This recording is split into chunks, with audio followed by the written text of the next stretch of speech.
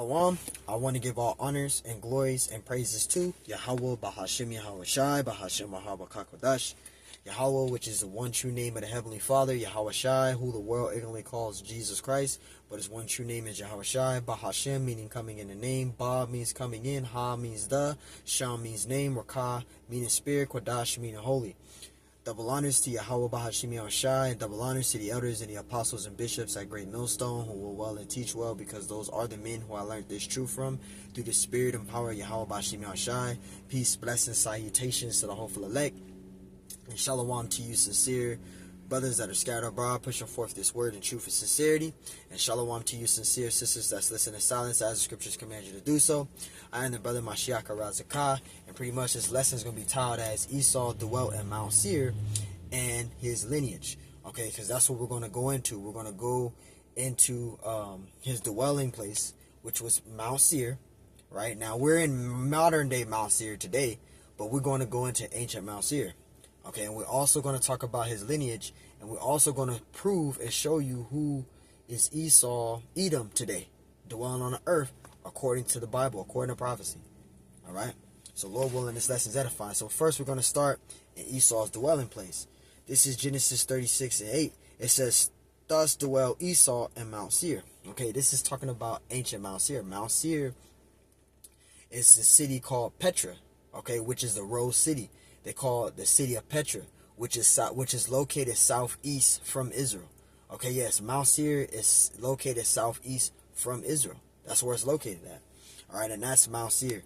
It says Esau is Edom, right? Esau, Edom. Esau is Edom, which that word Edom means red. And the Hebrew word for Edom is Adawam, which is Edomite. Okay. Continuing, verse 9, it says, "And these are the generations of Esau, the father of the Edomites in Mount Seir." You see that? Because Mount Seir was a dwelling place for the Edomites. Now, the Edomites in the year, I think it's 312 BC, they were actually forced out of their inhabitants of land in 312 BC by the Nabateans. And the Nabateans, they're descendants of Ishmael. And they pretty much forced them out of their land in the year 312 BC. But that possession of land originally belonged to the Edomites, all right, which is ancient Mount Seir, the city of Petra. It originally belonged to the Edomites. Okay, and we got more scriptures to prove that. And this is Deuteronomy 2:1. Because the Israelites, they actually dwelled it through, I mean, not dwelled it, but pretty much passed through the land of Esau, Edom, when they were in the wilderness, which I'm going to get out soon. All right, this is Deuteronomy 2. This is it right here. This is Deuteronomy 2 in verse 5, which I'm going to get out right here. It says metal. Actually, I'll read a verse. I'll start at verse 1. This is Deuteronomy 2:1. It says, "Then we turned and took our journey into the wilderness by the way of the Red Sea, as the Lord spake unto me, and we compassed Mount Seir many days." All right, so they went through Mount Seir. All right, they compassed through Mount Seir. They went through Mount Seir. But this is what the Lord is going to tell them, right?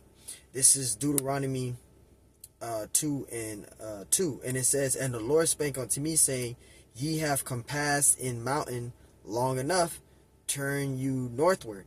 It says, "And command thou the people," right, saying, "Ye are to pass through the coast of your brethren," right, "the children of Esau, which dwell in Mount Seir." So the Israelites literally walked through the wilderness through Mount Seir. The Lord told them to go through Mount Seir. All right, so they literally walked through, and the Lord turned them northward. So they went through Mount Seir, right? It says right here in verse 3, it says, "Ye have compassed this mountain." It says, "long enough to turn northward." It says, "And command you to the people, saying, Ye are to pass through the coast of your brethren, the children of Esau, which dwell in Seir," Mount Seir, right? "And they shall be afraid of you. Take ye good heed unto yourselves, therefore." Verse 5, "Meddle not with them, for I will not give you their land, no, not so much as a foot breadth.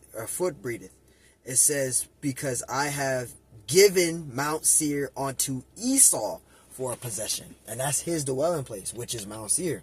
Now we're in a modern day Mount Seir today, which is America. But in ancient Mount Seir, that's their original habitation of that land was Mount Seir. It was the Lord gave a possession of land to Esau, and that was Mount Seir. Mount Seir is his dwelling place, ancient Mount Seir. Now, ancient Mount Seir is the city of Petra, which is a rose city, but this place called America today is modern day Mount Seir. All right, that's why the scriptures say in Ezekiel 35 that the Lord is going to destroy Mount Seir. He's going to destroy Mount Seir. He's going to make Mount Seir desolate. When you go to Ezekiel 30, the 35th chapter, that's talking about modern day Mount Seir, which is this place called America, which is modern day Babylon, modern day Egypt, modern day Rome. Okay, which is that revival of the Roman Empire, which is that iron and clay mentioned in Daniel the 2nd chapter. All right, that divided kingdoms, which you can go to Revelation 13, start at verse 1, read on down, and go to Revelation 17. Talks about that scarlet covered beast, right? That scarlet covered beast. Having 7 heads and 10 horns, right? The power structure of Esau, Edom, which is this revival Roman Empire, which is a whole nother story. But this is ancient Mount Seir right here that it's talking about. The Lord told them not to meddle with them.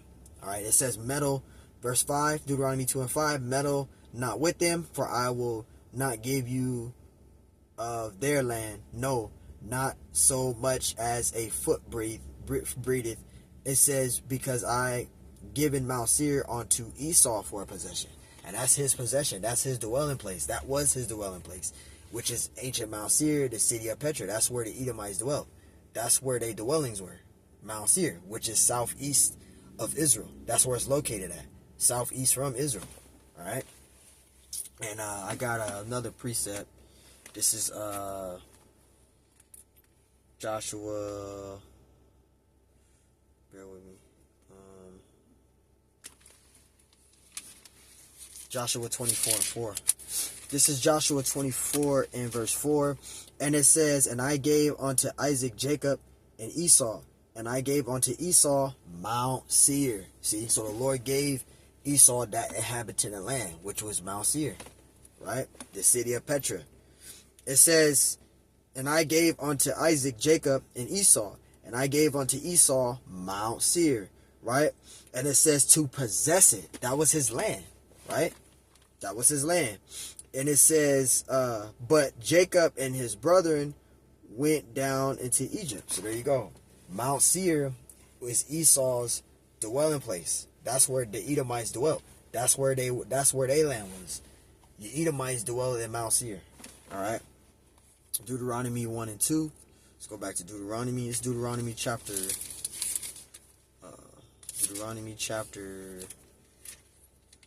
1. And this is verse 2.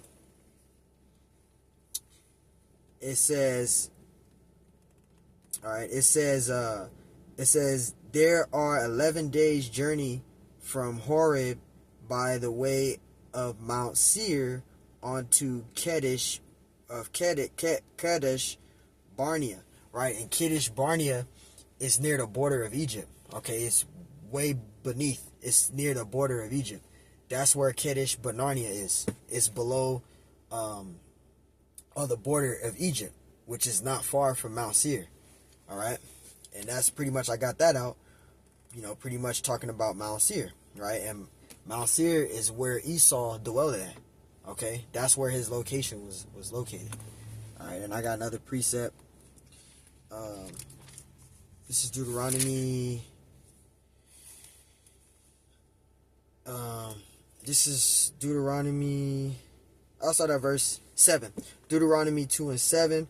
And it says, for the Lord thy power hath blessed thee in all the works of thy land.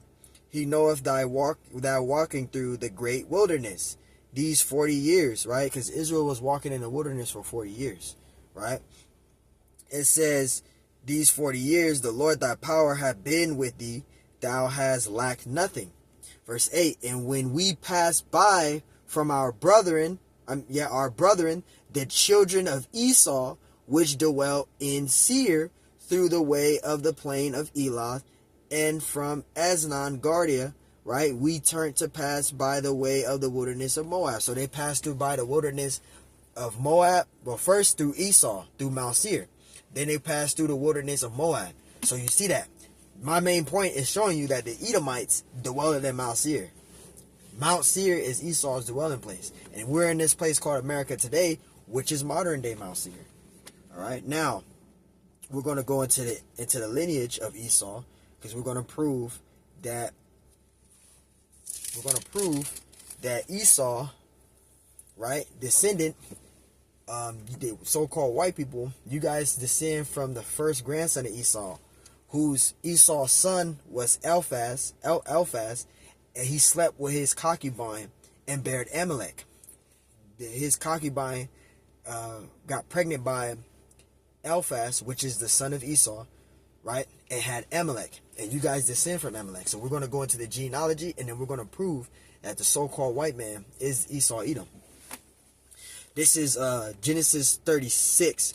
It says, now these are the generations of Esau, who is Edom, right? And if you want to say Edom or Edomite, you can say Adawam. That's how you say Edomite in the Hebrew, all right? It says, verse 2, it says, Esau took his wives of the daughters of Canaan, which he did. It says, Adnah, the daughter of Elon the Hittite, that's a Hamite, all right? He went into the daughters of Ham, right? It says, and Aholibah, it says, Aholibamah, the daughter of Anah, the daughter of Zibeon the Hivite, that's a Hamite, right? Verse 3, and it says, and Bashemath, Ishmael's daughter, so he went into the daughters of Ishmael, right? And sister of Nabajoth, right? Verse 4, and Adnah bare to Esau Eliphaz. You see, Eliphaz was the first son of Esau, right? It says, and Bashemath bare Reuel, which is the second son of Esau. Continuing, verse 5, it says, and Alabamath bare Jewish, right? And Ja'alam, and Korah, right? These are the sons of Esau. So these were his sons. You had Eliphaz, Reuel, Joash, right? Ja'alam, and Korah. These were the sons of Esau, right? And it says, these were the sons of Esau, which were born unto him by the land of Canaan, right? And it says, verse 6, and Esau took his wives and his sons and his daughters and all the persons of his house and his cattle and all the beasts and all his substance, which he had got in the land of Canaan, and went into the country from the face of his brother Jacob. Verse 7, for their riches were more than they might dwell together, and the land wherein they were strangers could not bear them because of their cattle. All right, and we read this earlier. Verse 8, thus dwelt Esau in Mount Seir. Esau is Edom. Verse 9, and these are the generations of Esau, the father of the Edomites in Mount Seir, right? Which that's where they dwelt. That's where their dwelling place were. Verse 10, these are the names of Esau's son. Eliphaz, the son of Adah, of wife of Esau. Reuel, the son of Bashemath, the wife of Esau. And the sons of Eliphaz were Teman, Omar, Zepho, and Gatam, and Kanas. And Timnah was concubine to Eliphaz. Remember, Eliphaz was the son, the eldest son of Esau, right? It says Esau's son. So Timnah was the concubine to Eliphaz, and Timnah is going to bear him Amalek, right? It says Esau's son, and she bare to Eliphaz Amalek. These were the sons of Adah, Esau's wife. So there you go. Eliphaz's concubine was Timnah, and Timnah bared him Amalek, which you Edomites descend from. So you guys, you Edomites, you so-called white people, y'all do descend from Father Abraham, and you do descend from Isaac, but you don't descend from Jacob. We descend from Jacob. The so-called Negroes, Hispanics, and Native American Indians. We descend from Father Abraham, Isaac, and Jacob. You guys descend from Father Abraham, Isaac, and Esau. That's who y'all descend from. You guys are the biblical Edomites today. That's who you descend from. And we're going to prove that. Okay? So you guys descend from Amalek, the first grandson of Esau. But we're going to prove that the so-called white race are the Edomites today. This is Genesis 25, and we're going to start at verse 21. And Isaac entreated the Lord for his wife because she was barren, and the Lord was inherited of him, and Rebekah, his wife, conceived, right? Because she was pregnant with twins. Rebekah was, right? Verse 21, and Isaac entreated the Lord for his wife because she was barren, and the Lord was entreated of him, and Rebekah, his wife, conceived. And she conceived, right? Verse 22, and the children struggled together within her, right? They were fighting each other in her womb. They were going at it. Even though Jacob and Esau were twin brothers, they were two different nations, right? They were two different nations, and they were fighting within Rebekah's womb, right? That's what that struggling was. They were fighting in her womb, right?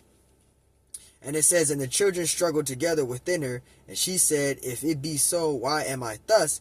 And she went to inquire of the Lord, and the Lord said unto her, 2 nations are in thy womb. So even though Jacob and Esau were twin brothers, they were two different nations. They were two different. Even though they were twin brothers, they were two different nations, right? It says, and the Lord said unto her, 2 nations are in thy womb, and 2 manner of people shall be separated from thy bowels, and one people shall be stronger than the other people, and the elder shall serve the younger. You see that? So she had twins in her womb. She had Esau and Jacob within her womb. But even though Esau and Jacob were twin brothers, they were not the same. They were two different nations. They're two different nations. Right? It says, verse 24, and when her days to be delivered were fulfilled, behold, there were twins in her womb. Now, it's going to give you a description of Esau, but it's not going to give you a description of Jacob, because Jacob was a melanated Qadar man. That word Qadar is a Hebrew word which means dark skin. He was a dark man, a dark skinned man. He was a melanated man. That's why they didn't give no description of Jacob. But they gave you a description of Esau though. Check this out. Verse 25. And the first came out red all over like a hairy garment. See, it red all over like a hairy garment.